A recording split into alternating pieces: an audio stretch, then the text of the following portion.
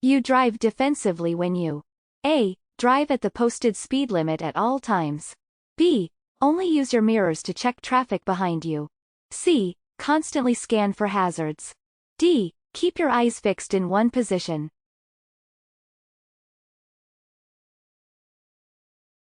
You drive defensively when you C. Constantly scan for hazards.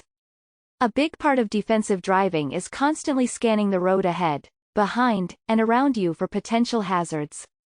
You need to be able to spot hazards early so that you have enough time to react and adjust in order to prevent them from becoming a problem. Flashing red lights at a railroad crossing mean A. There is maintenance on the tracks. B. Slow down and watch out for oncoming trains. C. Stop and continue after yielding the right-of-way. D. Stop and do not continue until the lights finish flashing.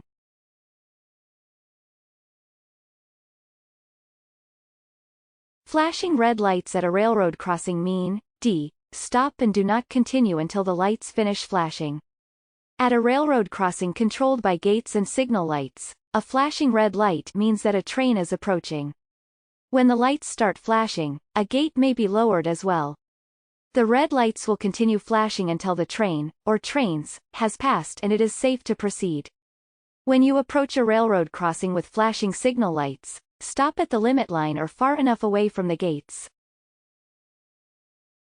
At night, it is hardest to see A. Road signs. B. Other vehicles.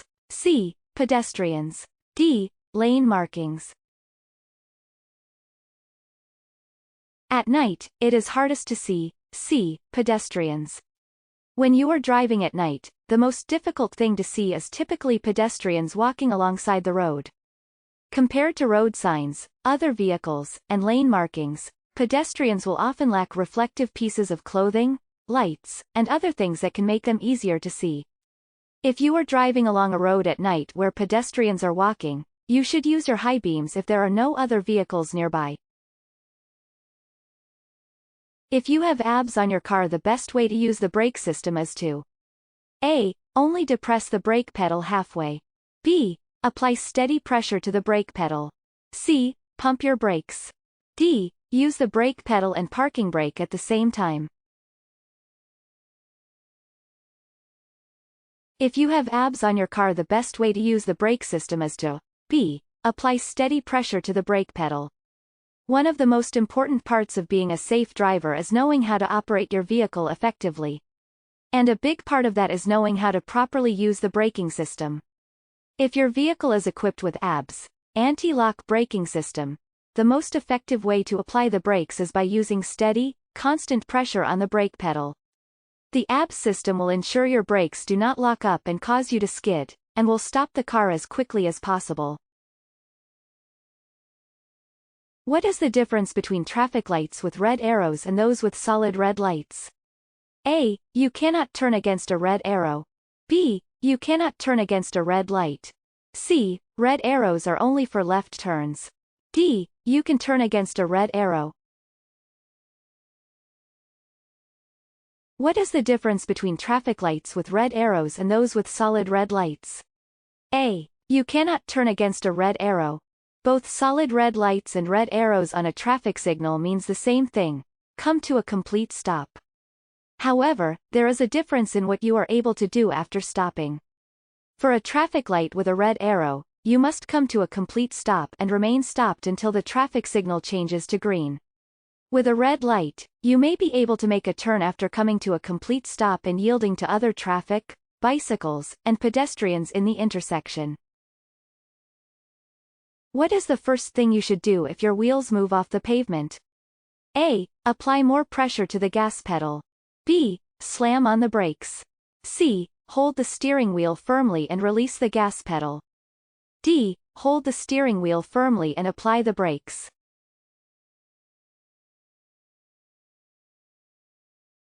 What is the first thing you should do if your wheels move off the pavement? C. Hold the steering wheel firmly and release the gas pedal. If your car accidentally leaves the paved road, it can cause you to lose control if you're not careful. When the side of the road is unpaved or uneven, your tires can lose traction and your vehicle can crash. It's important to know how to respond to this situation correctly. The first thing you'll need to do is to keep a strong grip on the steering wheel.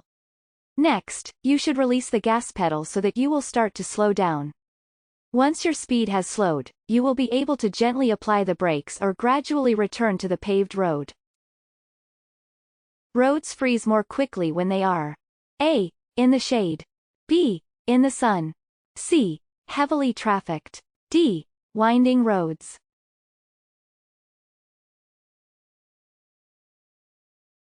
Roads freeze more quickly when they are A. In the shade. If it is wet and the air temperature is cold, the areas of the road that typically freeze first are areas that are shaded by trees, buildings, hills, or other things. Shaded areas will get colder faster and stay colder longer, which allows the roads to freeze and remain frozen. Even on a sunny day, shaded areas can still hide icy spots when the air is cold. Use extra caution when approaching potentially icy areas. When you approach an intersection with a green traffic light, you should A. Come to a complete stop and wait for the light to change. B. Slow down and continue through the intersection. C. Stop at the limit line before you continue through the intersection. D. Continue driving, but yield to pedestrians or traffic in the intersection. When you approach an intersection with a green traffic light, you should D. Continue driving, but yield to pedestrians or traffic in the intersection. When the traffic light at the intersection is green in your direction, that means you are able to proceed through the intersection if it is clear. If you are continuing straight, you will typically be able to continue through immediately. If you are turning right, be sure to yield to any pedestrians that are crossing the road. If you are turning left without a green arrow, be sure to yield to oncoming traffic and pedestrians. In any scenario, you'll also need to yield to any traffic that is still in the intersection. If you cannot make it all the way through the intersection, you should stop at the limit line until you can. If you find your brakes failing, which of the following should you not do? A. Shift to a lower gear. B. Pump the brake, for non-ABS brakes. C. Turn off the ignition. D. Turn on your hazard lights and honk your horn to alert other drivers. If you find your brakes failing, which of the following should you not do? C. Turn off the ignition. Having your brakes fail while you are driving can be a dangerous situation. It is important to know how to handle the situation correctly and safely in order to get your vehicle off the road and stopped. First, you should never turn off your ignition until the car has come to a stop. Turning off your car's ignition while you are still driving at speed can cause the steering wheel to lock up and you to lose control of the vehicle. What is double parking? A. A vehicle that has parked in the same space for 2 days in a row. B. A vehicle parked alongside a vehicle that is already parked next to the curb. C. A parking space reserved for carpools only. D. A vehicle that is taking up 2 spaces. What is double parking? B. A vehicle parked alongside a vehicle that is already parked next to the curb.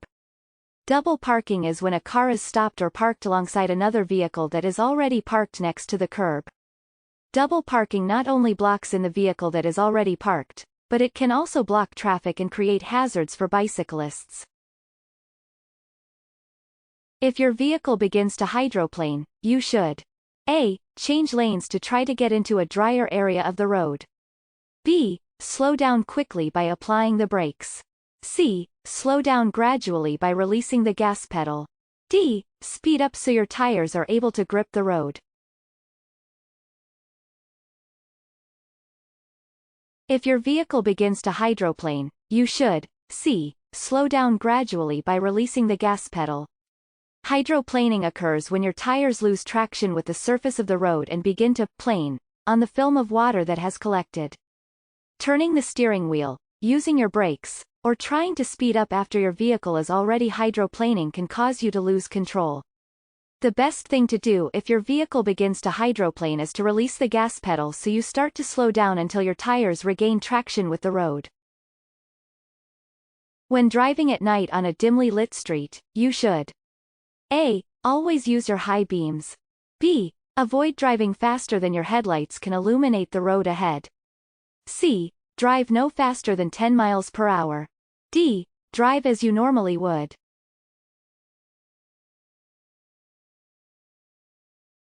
When driving at night on a dimly lit street, you should B. Avoid driving faster than your headlights can illuminate the road ahead. When the only light you have is the light that is coming from your headlights, you need to drive slow enough so that you'll be able to stop within the distance that your headlights can illuminate. If you drive faster than this, you will not have enough time to react and stop if a hazard appears in the road. If there are no other vehicles around, you can use your high beam headlights to help you illuminate more of the road.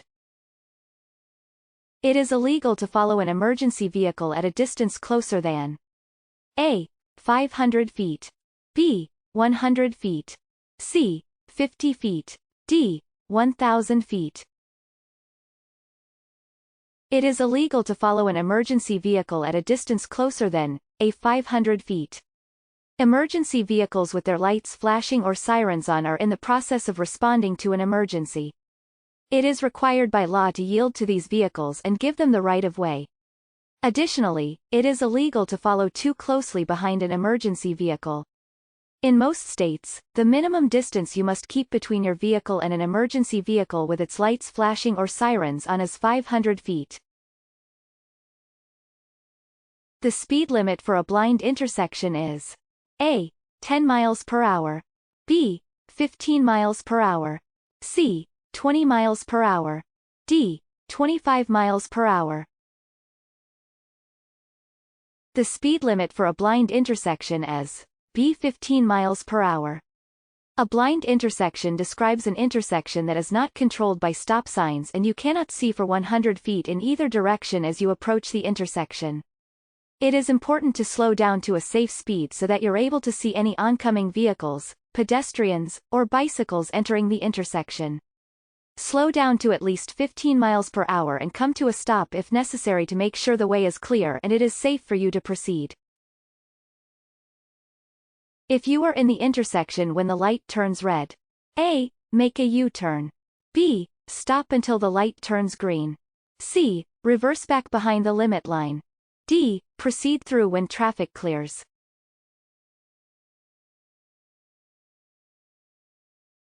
If you are in the intersection when the light turns red, D. Proceed through when traffic clears.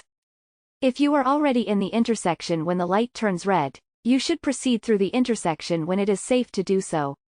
The most common time you'll find yourself in this situation is when you have entered the intersection and are waiting to make an unprotected left turn. In situations where there is a constant flow of traffic approaching from the opposite direction, you may not have a chance to turn until the light changes. Which is not a factor in determining the distance that it takes to stop your vehicle? A. Perception time. B. Reaction time. C. Braking distance. D. Steering technique.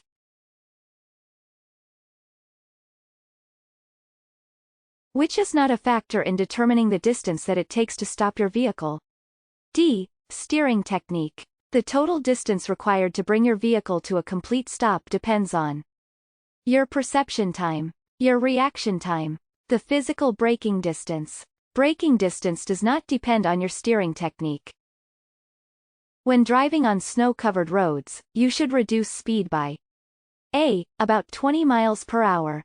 B. About 10 miles per hour. C. About 5 miles per hour. D. About 1/2 the normal driving speed. When driving on snow-covered roads, you should reduce speed by D. About 1/2 the normal driving speed. Driving on snow-packed roads can pose additional hazards. Traction is greatly reduced, and driving too fast is a quick way to lose control of your vehicle and crash. In general, it is typically recommended to reduce your driving speed by about 1/2 when driving in the snow. The head restraint should be adjusted. A. At the highest level. B. How it is most comfortable. C. To be aligned with the bottom of your neck. D. To be in contact with the back of your head. The head restraint should be adjusted. D. To be in contact with the back of your head. The headrest or head restraint attached to your seat is an important part of your protection and restraint system in the event of a collision. The headrest should be adjusted so that it is aligned and in contact with the back of your head. The purpose of the head restraint is to help protect you from whiplash in a collision. When choosing your driving speed, the most important thing to consider is A. The posted speed limit. B. How full the gas tank is. C. The vehicle's top speed. D. Weather, traffic, and road conditions. When choosing your driving speed, the most important thing to consider is D. Weather, traffic, and road conditions. Picking the right driving speed is an important skill to develop. And the correct answer is not always the posted speed limit. Whenever the weather is bad, the road surface is slippery, or there is heavy traffic, the safest speed you should be driving is actually lower than what is posted on the sign. A good defensive driver should A. Anticipate the actions of other drivers. B. Look straight ahead at all times. C. Always drive slower than other vehicles on the road. D. Use their brakes at the last minute.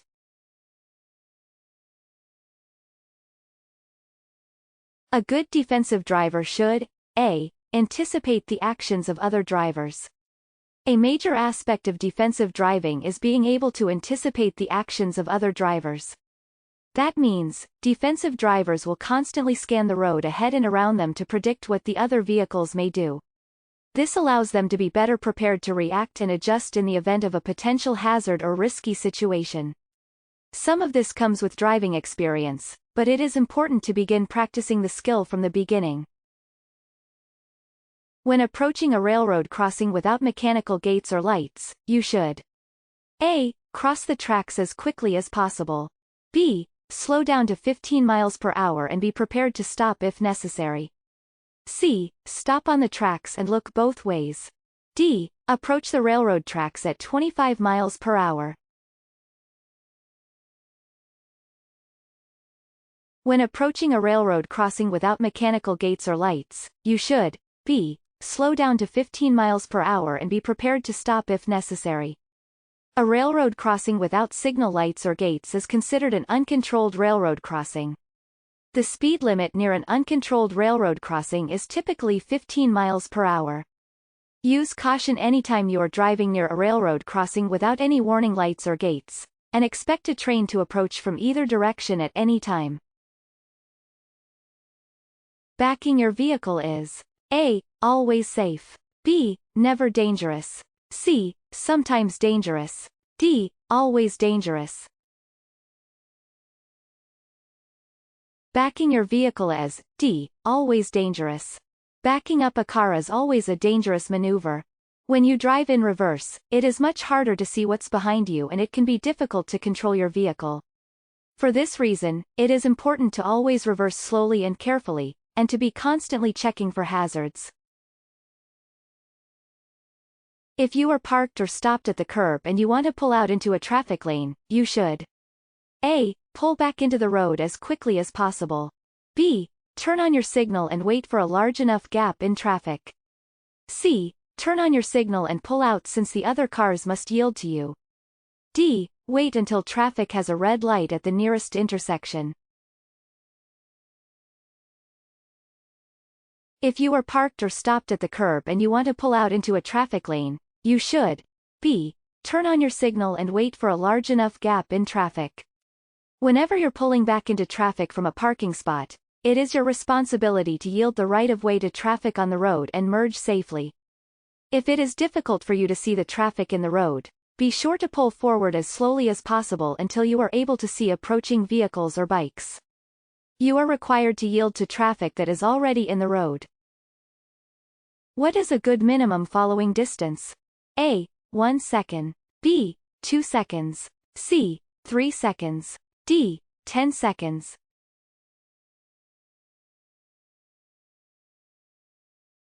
What is a good minimum following distance? C. 3 seconds. The following distance describes the gap between your car and the car in front of you. Under ideal driving conditions, a good minimum following distance to employ is the 3-second rule. Some may recommend a 2-second following distance. That means there is at least a 3-second gap between the front of your car and the rear of the car in front of you. In good conditions, this gives you enough space to adjust, maneuver, and react to potential hazards ahead.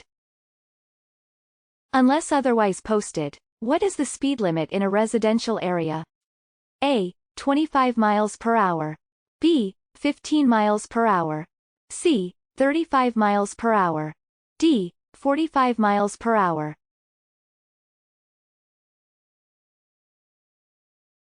Unless otherwise posted, what is the speed limit in a residential area? A. 25 miles per hour.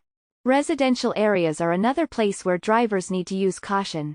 You'll encounter a variety of hazards in residential zones, such as uncontrolled intersections, blind intersections, children playing, dogs in the street, cars pulling in and out of driveways.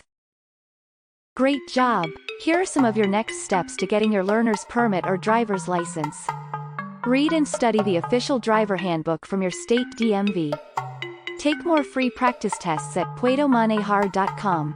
Gather all your necessary forms and documents before you visit the DMV office. Before you know it, you'll be driving in your very own car all by yourself.